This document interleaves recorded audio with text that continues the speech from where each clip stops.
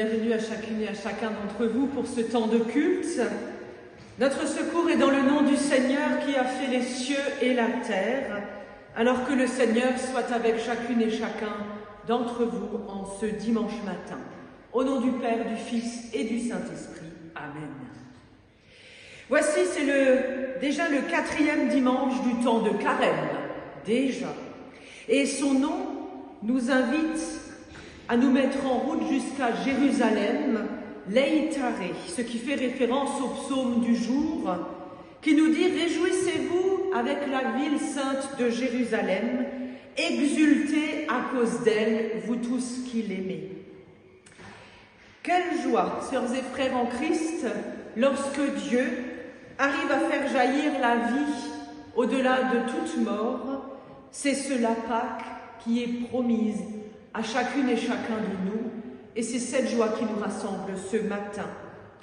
Car si le grain de blé tombé en terre ne meurt pas, il restera seul, mais s'il meurt, il donnera beaucoup de fruits. Telle est la parole dans l'évangile de Jean qui nous est proposée pour toute cette semaine.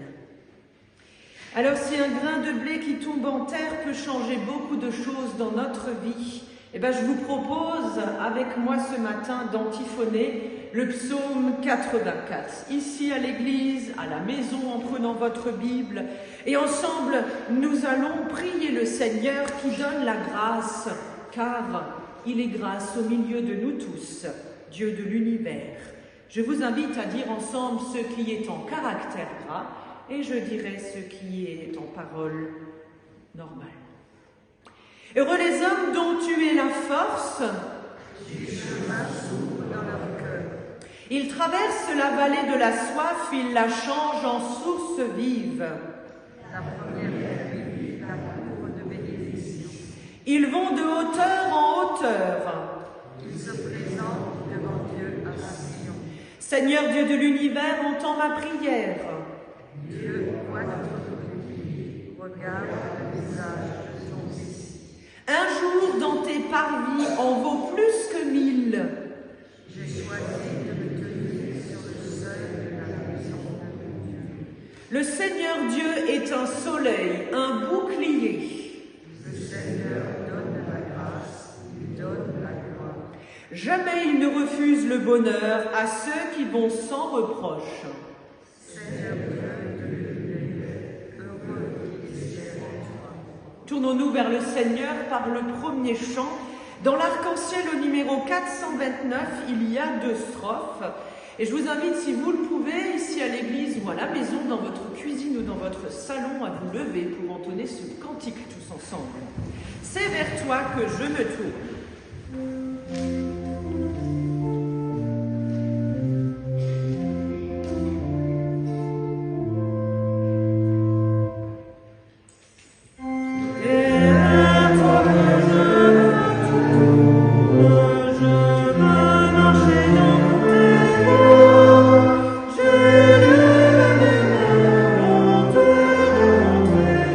Mon cœur désire te chanter.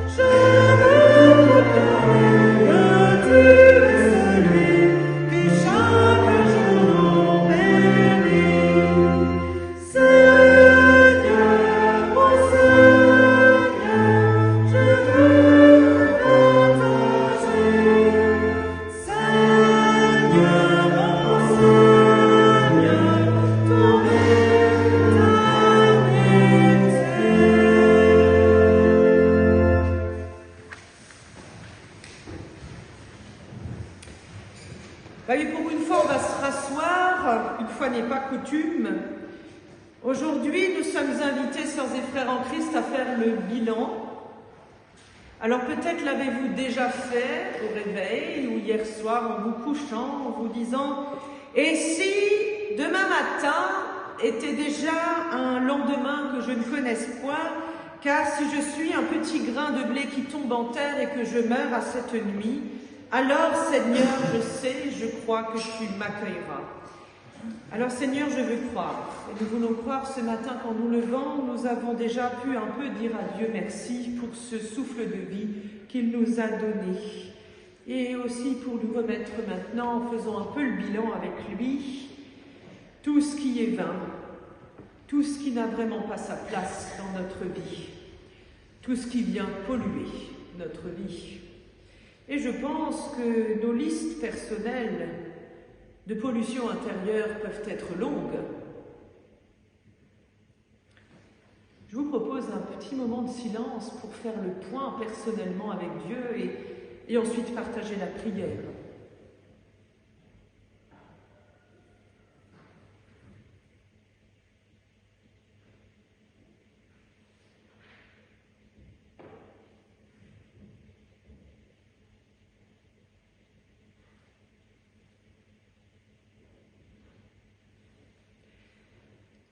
Seigneur, voilà, je t'ai confié personnellement dans le silence ce qui me tient à cœur.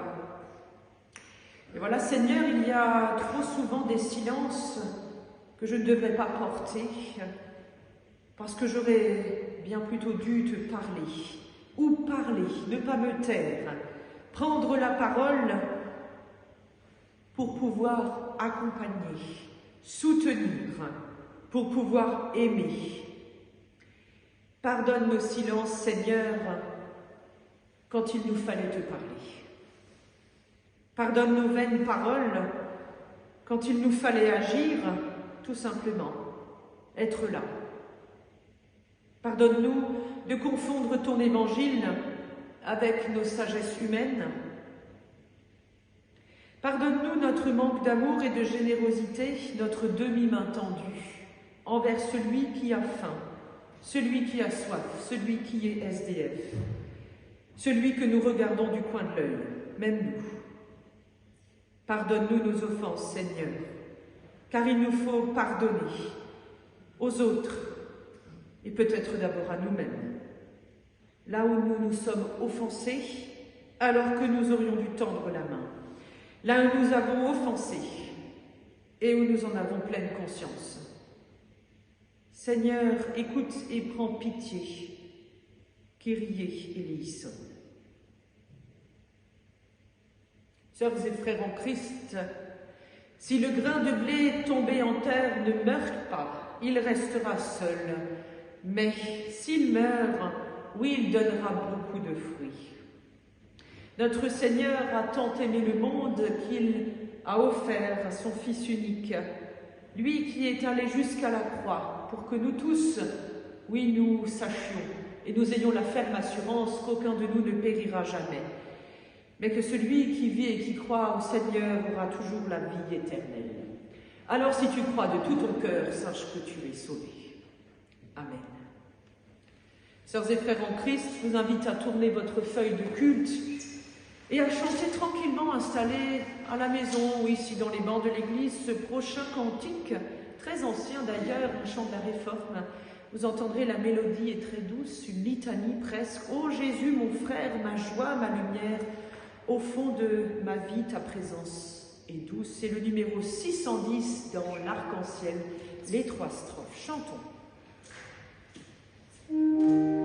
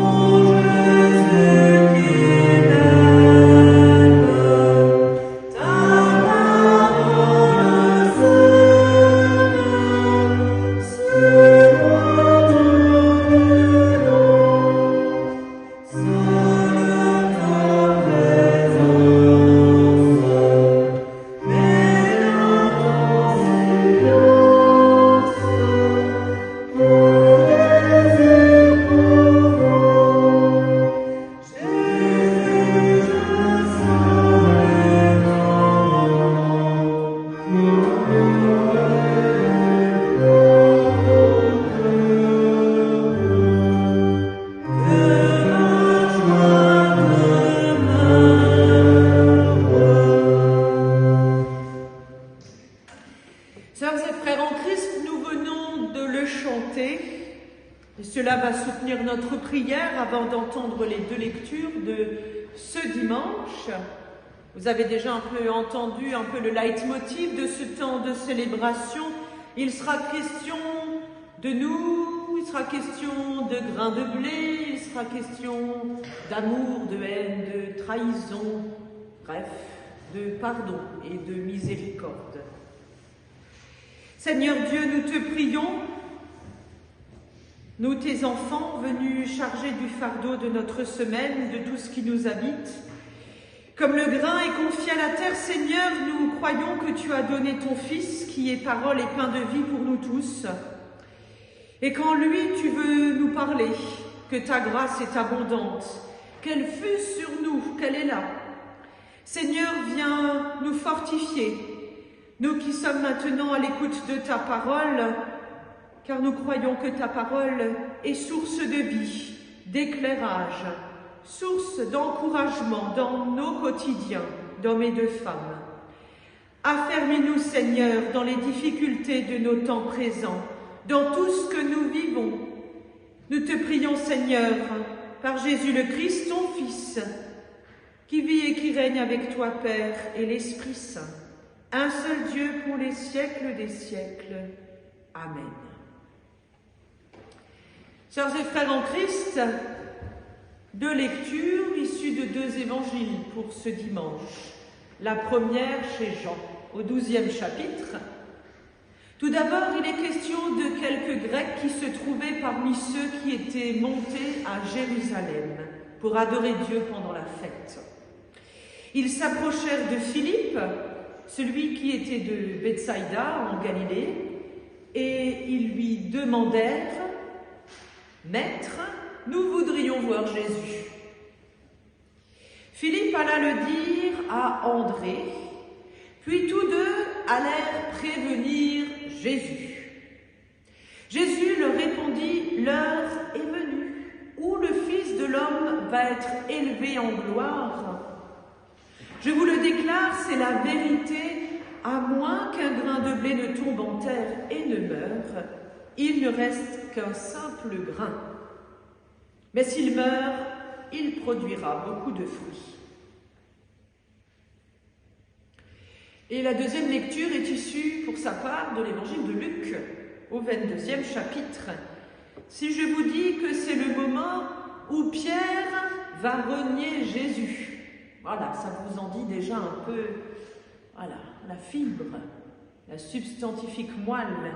Nous nous attacherons à écouter ensemble qu'ils se saisirent alors de Jésus, qu'ils l'emmenèrent et le conduisirent dans le palais du grand prêtre. Pierre suivait de loin. On avait fait du feu au milieu de la cour et Pierre prit place parmi ceux qui étaient assis autour.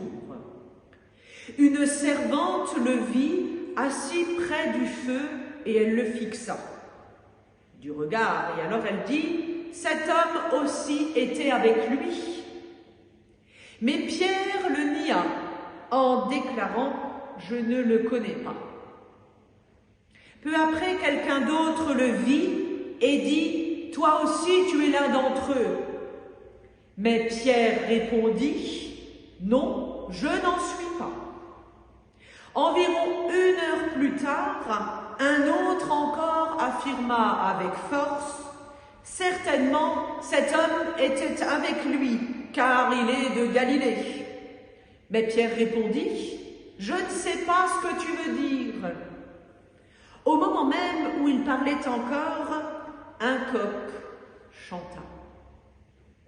Le Seigneur se retourna et posa son regard sur Pierre. Alors Pierre se souvient de ce que le Seigneur lui avait dit. « Avant que le coq chante aujourd'hui, Pierre, tu m'auras renié 3 fois. » Pierre sortit et pleura amèrement. Seigneur, que ta parole nous habite, qu'elle vienne éclairer nos vies, qu'elle vienne bousculer nos certitudes et nous donner souffle dans notre foi. Ainsi soit-il. Je vous invite à rester assis en méditant avec ce court cantique au numéro 652 justement grain de blé qui tombe en terre. Si tu ne meurs pas, tu resteras solitaire et ne germeras pas. Annie, si tu veux bien nous le jouer juste une première fois et nous chantons les 2 strophes ensemble.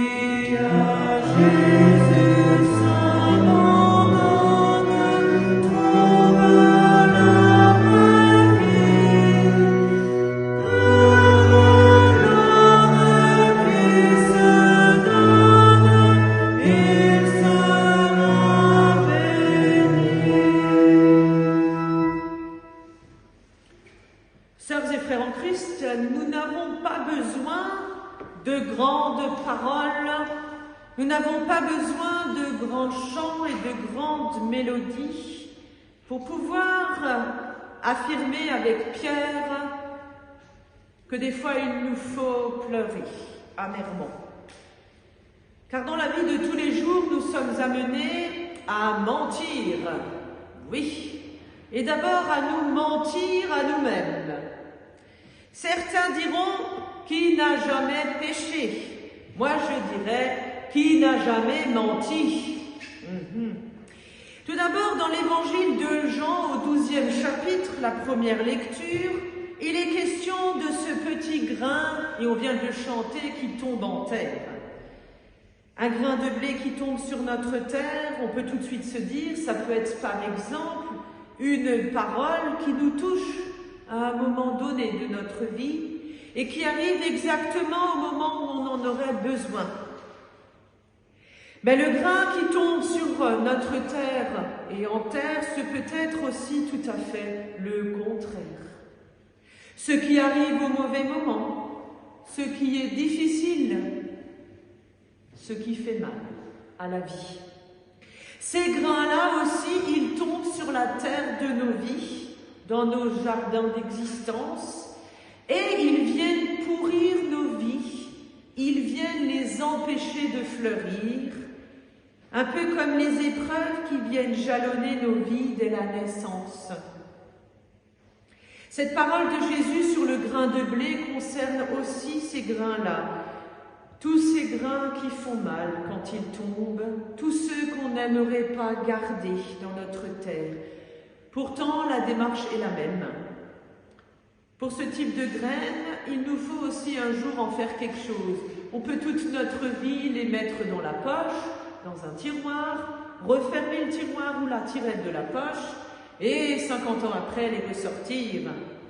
Il faut bien un jour en faire quelque chose.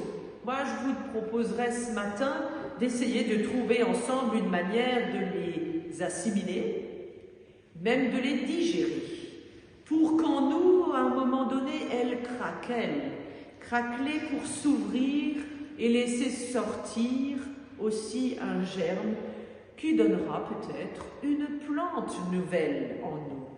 C'est une image. Bien sûr, nous n'avons pas des plantes qui poussent en nous, mais nous avons toutes sortes de paroles. Il y a beaucoup de choses aussi qui germent en nous, des plantes aussi qui font du bien et des paroles qui font moins de bien. Des choses qui portent du fruit, des belles choses. Et puis, il y a ces graines-là. C'est celles-là qui sont appelées à mourir à elles-mêmes pour qu'une vie émerge autrement. Comme pour le grain de blé, Dieu peut faire naître la vie de quelque chose qui meurt. De l'espérance, il faut des fois aller chercher au désespoir. La joie naît de la souffrance des fois, et puis des fois non. Ça n'est pas du tout un truc fiable, à 100%. Cela veut dire, et finalement, que tout ce qui pousse dans nos vies, tout ce qui germe, ça peut porter du fruit en nous, sur les choses de la vie que nous avons préparées, nos environnements de vie. Et puis des fois, ça peut ne pas prendre, ça arrive. Et c'est pas grave, c'est normal. On ne réussit pas à tous les coups. Pourtant, si nous croyons que ça marche toujours, c'est que nous sommes dans le déni. Vous savez ce que c'est, le déni, hein? C'est quand on croit même que ce qu'on fait et qui est complètement pourri, ou ce qu'on vit, c'est formidable. Et alors, on commence à se mentir à soi-même.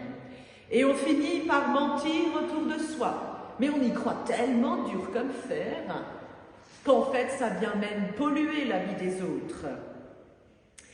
Voyez-vous, si nous laissons le Seigneur s'approcher de nous et lui laisser les places, nous pourrons comprendre que tout ce qui germe, tout ce qui est amené un jour à mourir dans la terre, eh bien, il faut laisser passer un peu du temps au temps. La plante, la vie, peut faire germer des choses incroyables, même des choses mortes. Ce peut être l'espérance au bout d'un chemin de vie. Ce peut être le sourire après le temps des larmes, mais il faut du temps. En ce moment, nous sommes sur le chemin de Carême, et il nous est donné du temps. 40 jours, enfin maintenant un peu moins. Hein. En tout cas, au début, 40 jours pour apprécier la confiance que Dieu, à travers son Fils Jésus, met en chacun de nous, nous qui sommes invités à croire que tout est possible dans la vie. Un Fils de Dieu qui a connu la mort, une mort atroce, une mort de souffrance, une mort franchement terrible, et qui finalement, une mort qui a porté du fruit car il est ressuscité. C'est lui la graine qui meurt dans le sein de la terre, dit le langage théologique, afin que germe la vie. Franchement, en d'autres termes plus concrets, ça voudrait dire qu'il faudrait qu'on meure pour qu'il y ait des choses bien qui germent. Allez dire ça à quelqu'un qui est en train de mourir sur son lit d'hôpital d'un sale cancer pourri. Allez lui dire. Vous croyez franchement qu'il va y croire? Y croyez-vous vous-même? Difficile, hein? Faudrait-il oser lui dire qu'il faut de la souffrance pour qu'un jour on trouve la paix? C'est horrible de dire ça, et ça n'est pas vrai, non. Par contre, il y a une parole, et c'est celle-là, ne la détournons pas. Celle qui dit que la souffrance et la mort, ces deux choses terribles sont là dans nos vies, elles sont présentes, et il nous faut y faire face, comme nous le pouvons dans nos vies. Oui, et des fois on n'y arrive pas, des fois c'est trop dur.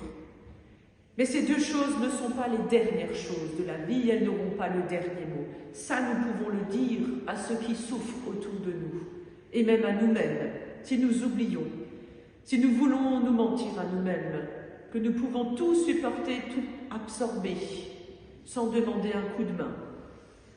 Rappelons-nous que même les plus grands demandent de l'aide. Jésus-Christ en croix demandait de l'aide à son Père, car il n'en pouvait plus. Alors seulement à ce moment même, quand nous demandons de l'aide à Dieu, au plus profond de la terre, c'est la vie qui pourra germer vraiment. Une vie sincère, une vie en amour et en grâce. Sœurs et frères en Christ, c'est difficile de dire ça, mais voyez-vous, il nous faut laisser mourir en nous tout ce qui nous empêche d'avancer. Et les fausses paroles, nous l'avons prié, les vaines paroles. Les faux discours et les personnes qui nous font miroiter que demain tout sera formidable. Je ne veux pas dire que je suis pessimiste, mais franchement, vous avez vu en ce moment, c'est bien pourri quand même, ce qu'on vit autour de nous. Mais il y a toujours bien pire, ne l'oublions pas. Pour ceux qui seraient susceptibles de vous dire qu'ils ont la solution miracle, demandez-leur s'ils ont déjà réussi à vivre un miracle dans leur quotidien vraiment. Savoir que se lever chaque matin est déjà un miracle en soi. Se réveiller, ouvrir les yeux est une grâce. Savoir que l'on peut être encore à la maison et non dans un lit d'hôpital branché à des tuyaux, c'est déjà une grâce, non? Ça paraît finalement anodin, mais c'est déjà beaucoup. Oui. Cette semaine, je visitais encore quelqu'un qui avait besoin d'un temps pour pouvoir dire avec ses yeux, car il ne pouvait plus parler, qu'un jour, il sera un grain qui ira en terre, et peut-être des choses germeront. Il ne sait pas lui-même s'il portera beaucoup de fruits, mais il a envie d'y croire. Difficile de lui dire « bientôt il te faudra mourir à la terre ». Mais dans ses yeux, il y avait de l'espérance, il y avait une lumière. Quand je lui ai dit « c'est une promesse qui ne vient pas de moi, mais c'est une espérance qui vient de Dieu, ce que tu crois, celui en qui tu crois, il l'a vécu avant toi ». Alors ses yeux se sont ouverts et il a même esquissé un sourire. Est-ce déjà là le premier pas vers la résurrection annoncée? Moi, personnellement, j'ai envie d'y croire.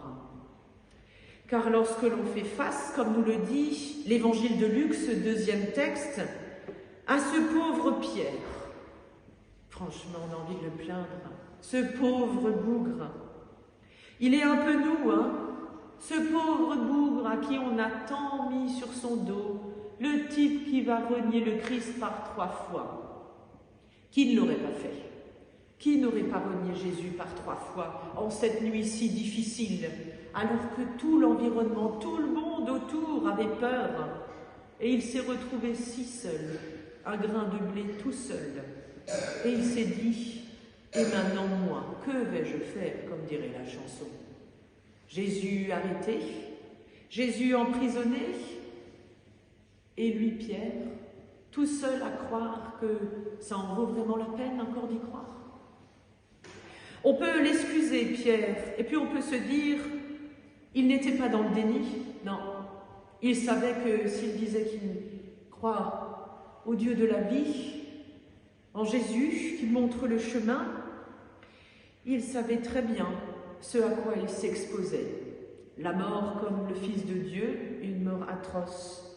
Pauvre Pierre qui n'était qu'un être humain, qui ne s'est pas menti à lui-même, mais qui a osé dire, en fait, en le reniant Jésus, il a juste dit publiquement, en fait, j'y crois, mais j'ai trop peur.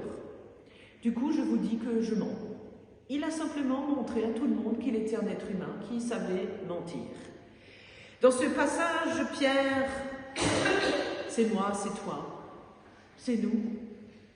Ce côté salvateur, égoïste, qui veut se sauver lui-même, qui veut sauver sa peau, personne ne pourrait lui dire qu'il avait tort. Hein. Et puis il révèle enfin qui il est dans le fond, un homme, un être humain qui a peur, comme nous tous, peur de la mort, peur de la vie, peur de vivre en se retroussant les manches et en essayant, malgré tout. Il est sensible, Pierre. Et puis on voit 3 fois tout ça pour nous faire comprendre qu'il régresse. Il régresse dans sa foi? Non. Pour nous dire qu'il doute. Et nous, n'avons-nous pas douté déjà dans notre foi que Dieu est vraiment présent? Hein? Lui qui pourrait tout faire en sorte pour nous effacer les épreuves, pour les empêcher d'arriver. Les deuils, les larmes, les difficultés, les engueulades dans nos familles, bref. Je vous laisse mettre l'exemple du moment qu'il vous sied le plus à propos. Pierre nous dit, à travers cet évangile de Luc, « Je ne suis qu'un être humain, je suis fragile, je mens, je me mens à moi-même. » Et je crois que le pire, c'est qu'il se ment à lui-même. Que l'on mente aux autres, les autres, souvent, ils le voient, hein, comme le nez au milieu de la figure. On le voit souvent, hein. Notre figure et nos paroles ne sont déjà plus synchro. Alors le pire, c'est, je crois, c'est qu'il se mente à lui-même et qu'il commence par finir à y croire, le fait qu'il se mente à lui-même. Il n'assume pas du tout, il n'assume pas d'être un homme de foi. Et il dit d'ailleurs qu'il est nul. Il dit « je suis trop nul pour croire ». Pour nous aujourd'hui et pour Pierre, quelque temps après cet épisode, juste quelque temps après, un épisode tragiquement existentiel et humain finalement, ce reniement de Pierre envers le Christ. Un moment révélateur où nous pouvons tous prendre conscience de cette part en nous. Cette part en nous qui se ment à soi-même, c'est déjà aussi faire preuve de carême, avancer sur un chemin qui nous est offert. Juste reconnaître que, bah oui, En 40 jours, j'ai le temps de mentir et de me mentir à moi-même sur plein de choses. Je vais super bien, par exemple. Je vais super bien. Et ce matin, ça grinçait un peu dans les articulations. J'avais mal partout. Et puis j'ai vu ma boîte de médicaments qui est censée me soulager. Je me suis dit non, je suis encore trop jeune pour en prendre. Puis c'est censé réguler ma tension. Pas besoin. Je vais faire comme si. Hein? Et puis 15 jours après, vous finissez chez le médecin ou à l'hôpital parce qu'au final, vous n'avez pas pris soin de vous. Ouais, c'est un exemple tout bête. Et quelles sont les conséquences? C'est qu'autour de vous, ceux qui vous aiment, eux, ils le voient et ils essayent par tous les moyens de vous faire comprendre qu'il faut prendre soin de soi, ne pas se mentir à soi-même. Ça paraît bête ce que je vous dis ou banal, mais combien sommes-nous? Combien sommes-nous à faire cela? Et finalement à entraîner autour de nous tous ceux que nous aimons, qui nous aiment, sur un chemin où ils doivent absorber tous ces moments de mensonges, de petits mensonges. Et à la fin, que reste-t-il? Beaucoup d'énergie dépensée pour rien. Jésus regarde Pierre et il le regarde. Juste, il lui dit rien, il le regarde. Et Pierre comprend qu'il faut arrêter les conneries. Arrêtez de se mentir à soi-même. Arrêtez de vous mentir à vous-même. Jésus pardonne en regardant Pierre tout de suite. Il lui pardonne sans attendre. Et c'est ce regard qui change tout. Le regard de Jésus qu'il pose sur cet homme qui reste et qui restera son disciple, quoi qu'il arrive, même s'il l'a trahi. Il reste son disciple. Et Pierre, il n'a pas compris ça. Pierre, il doit encore apprendre de ce moment. Pierre, il grandit encore après ce moment. C'est seulement à travers ce moment-là de trahison où il comprend qu'il se ment à lui-même, qu'il deviendra vraiment l'apôtre. Celui qui donnera la force à tous les disciples, tous les autres qui ont peur, souvenons-nous après. Tous ceux qui vont rester dans l'entre-soi, dans la baraque, qui vont attendre la force de Dieu. Pierre, il aura cette force qui vient de Dieu, ce bon esprit qui lui permettra d'avancer. N'est-ce pas Pierre qui pardonnera aussi aux autres, qui sauvera, qui guérira? Ça nous est dit dans le livre des Actes. Les disciples, remplis du Saint-Esprit, ont le don de guérison. Oui. Mais ils y croient vraiment. Ils sont pleinement transformés. Parce qu'avant ça, ils ont réussi un truc qu'on peut tous faire. Se pardonner. Se pardonner à soi-même déjà, pour des choses qui nous pourrissent. Et il y en a plein. Et puis il y en a plein d'autres qu'on n'arrive pas, parce qu'on a l'impression qu'on est trop faible. Alors, Dieu nous dit, mais moi je vous ai donné mon Fils. Et lui peut tout prendre, il peut tout pardonner. Le pardon, ça se décide, sœurs et frères en Christ. Ça se décide en soi et pour soi déjà. Pardonnez-vous les uns aux autres, prions-nous dans le Notre Père. Y croyons-nous encore? Pardonnons-nous les uns aux autres. Est-ce que vous avez déjà réussi à vous pardonner à vous-même? Sinon, sans cela déjà. C'est important. Parce que sinon, c'est la honte et l'amertume. Vous savez, cette honte et cette amertume que Pierre a vécue. Cette espèce d'écume vivante qui lui collait au basque à ce moment. Plus il disait non, je ne connais pas Jésus, plus l'amertume, plus tout ce truc qui finalement n'est pas bon pour la vie, était en train d'augmenter. Un petit peu comme de l'eau qui bout et qui va finir par déborder, ça va éclabousser puis ça va faire du mal autour. Et finalement, Pierre comprend que la rancœur ne peut être le leitmotiv de sa vie. Le grain qui tombera en terre de la vie ne peut pas mourir s'il est rempli de rancœur. Il faut laisser mourir la rancœur en soi-même. La solitude humaine est la part de culpabilité. Cette semaine encore, une dame me faisait part de combien elle ne pouvait pas se pardonner à elle-même, de n'avoir pas fait assez pour accompagner son défunt époux. Et pourtant, elle avait tout fait. Elle ne voulait juste pas se pardonner à elle-même, car cela la rattachait encore à celui qu'elle aimait tant. Et pourtant, autour d'elle, tant de gens s'animaient pour qu'elle puisse sentir la vie, l'amour. Et elle ne le sentait pas vraiment. ça lui passait un peu au-dessus. Et puis nous avons prié. Prié pour que dans son cœur elle guérisse à elle-même. Pour qu'elle laisse aussi Dieu s'approcher d'elle. Parce que sans cela, l'amertume, la honte et la culpabilité de toutes sortes continueraient de la ronger. À la fin de notre entretien, sans dévoiler plus, elle m'a juste dit « En fait, il fallait bien que quelqu'un me mette un coup de pied au derrière, parce que seule je n'y serais pas arrivée. » Difficile à entendre, car je lui ai dit « J'espère n'avoir pas été trop, de vous avoir dit « Secoue-toi, secoue-toi ». Des fois, nous avons envie de secouer ceux autour de nous, non? Pour qu'ils aillent mieux. On voit la solution. Et eux, ils tortillent dans tous les sens, ils prennent tous les chemins autour, au lieu de voir la solution. Pour nous, c'est simple, on est autour, mais eux, ils ne voient pas. Qui finalement peut devenir plus fort? Celui qui décide de se pardonner un peu à soi-même, ou celui qui arrive à être accompagné sur son chemin de vie, dans son existence, cette petite graine, on va lui laisser le temps de mourir un peu à elle-même. Laisse tomber les choses inutiles.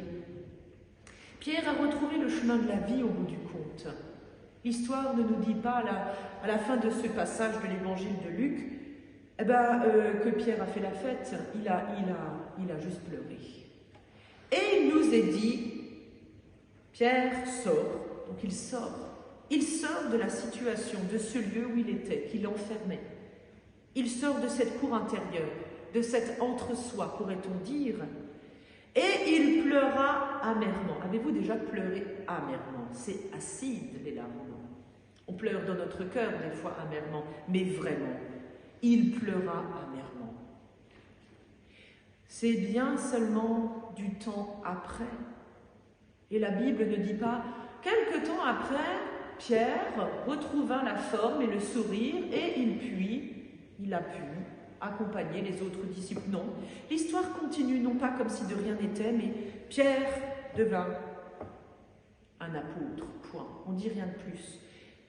Qui n'a jamais perdu confiance en Pierre? C'est Jésus-Christ. Pierre avait perdu confiance en lui-même et il a retrouvé la confiance, ce chemin de confiance. Car il a fait un truc simple, il a montré son humanité, il a pleuré, tout ce qu'il avait à pleurer, tout ce qu'il avait au fond de lui. Il a retrouvé à nouveau la vie pleinement, signe de sa sincérité, de son émotion certes. Ça veut dire qu'il restait donc encore de l'amour encore après cet épisode, et il y en a eu beaucoup. Jésus n'aura eu de cesse, lui, de continuer à pardonner, je vous l'ai déjà dit, jusqu'à son dernier souffle, tous ceux qui l'ont entouré, et tous ceux qui viennent à lui encore aujourd'hui, signe de sa fidélité sans faille et de sa compassion. N'a-t-il pas partagé le pain, même après sa résurrection, avec ceux qui ont douté de lui sur ce chemin d'Emmaüs et qui s'en sont retournés, remplis de frayeur et en même temps mêlés à de la joie indicible de savoir que ce qu'ils ont cru, c'était vrai. Celui qui croit en Christ a le choix, et nous avons le choix, sœurs et frères en Christ, de prendre ce chemin, fait de doute, mais pas de rancœur, fait de larmes, mais jamais de désespoir. La vie avec le Christ est un choix de chaque jour, ou bien ne pouvons nous laisser vivre dans le mensonge banalisé au quotidien et tomber dans un néant. Beaucoup de nos contemporains aujourd'hui se retrouvent un peu dans cette situation et on le voit, ils ne savent souvent plus vers qui ou vers quoi se tourner lorsque les épreuves de la vie arrivent. Alors y a-t-il plus de sens, sœurs et frères en Christ, et je terminerai par là, y a-t-il plus de sens finalement à trouver son point d'ancrage dans nos vies entre oser remettre sa confiance et aussi sa reconnaissance envers celui qui a déposé son amour en chacun de nous, une petite graine?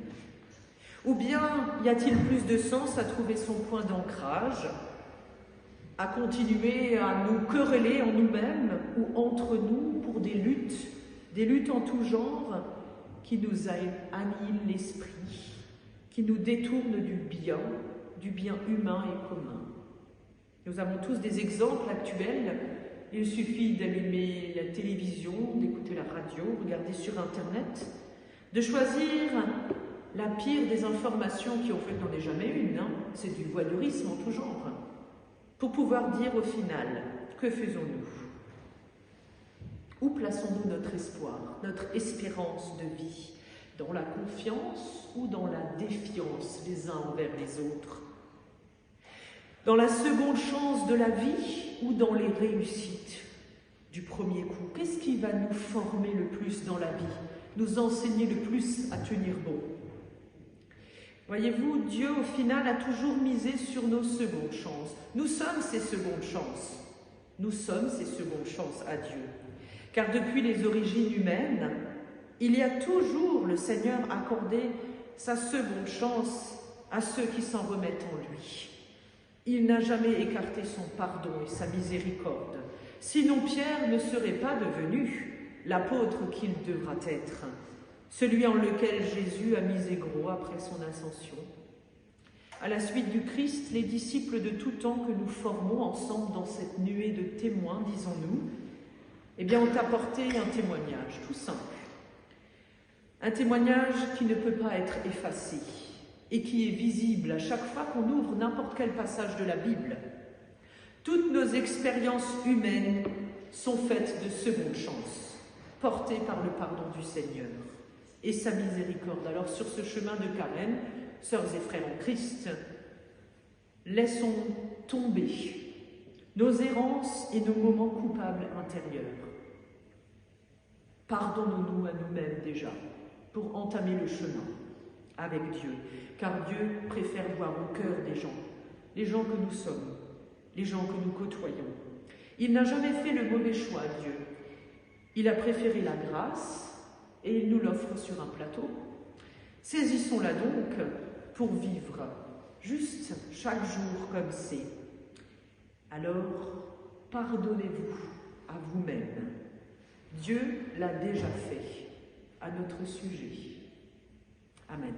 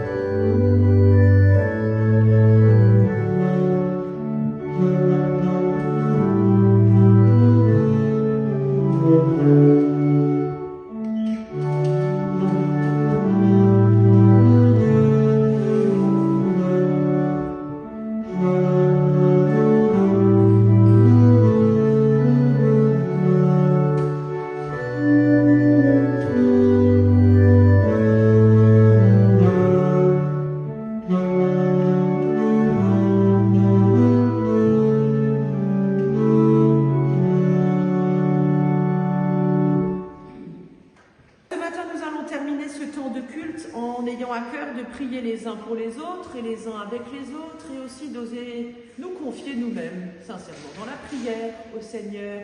Je vous invite à vous lever pour cette prière et le Notre Père.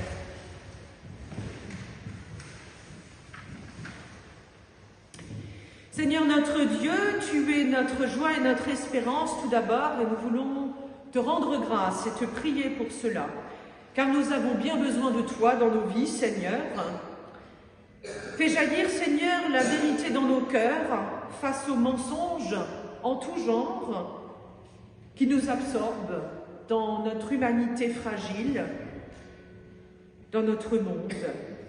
Accorde-nous, Seigneur, ta paix, la paix du cœur lorsque les haines et les violences en tout genre viennent laminer nos espérances.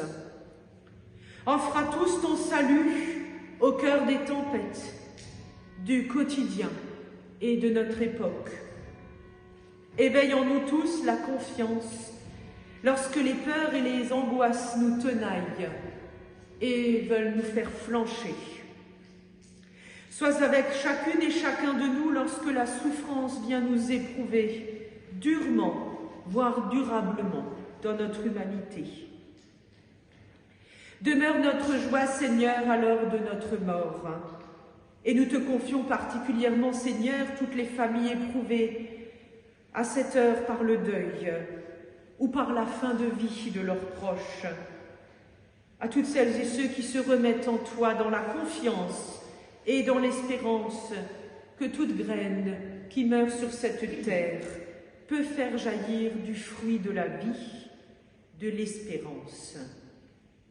Dans le silence, Seigneur, nous voulons te confier tout ce que nous avons dans le cœur particulièrement.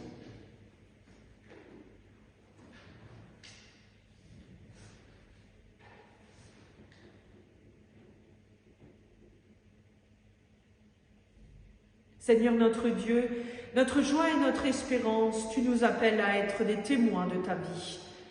Jusqu'au bout du monde, alors remplis-nous du souffle de ton esprit. Et pour tout le reste, nous le confions dans la prière de tous tes enfants, en te disant ensemble, Notre Père, qui es aux cieux, que ton nom soit sanctifié, que ton règne vienne, que ta volonté soit faite sur la terre comme au ciel. Donne-nous aujourd'hui notre pain de ce jour. Pardonne-nous nos offenses, comme nous pardonnons aussi à ceux qui nous ont offensés.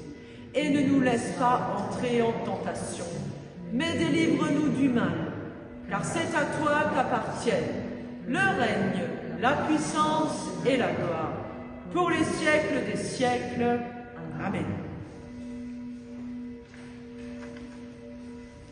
Au son des cloches, nous voulons assurer notre foi en Dieu par ce magnifique et dernier cantique au numéro 609 dans l'Arc-en-Ciel. Quand le soir descend sur ma peur, montre-toi vivant à mon cœur. Quand le soir descend sur ma peur, réveille ma foi, Seigneur. Que le Seigneur nous réveille dans nos foi éteintes souvent. Chantons ce cantique.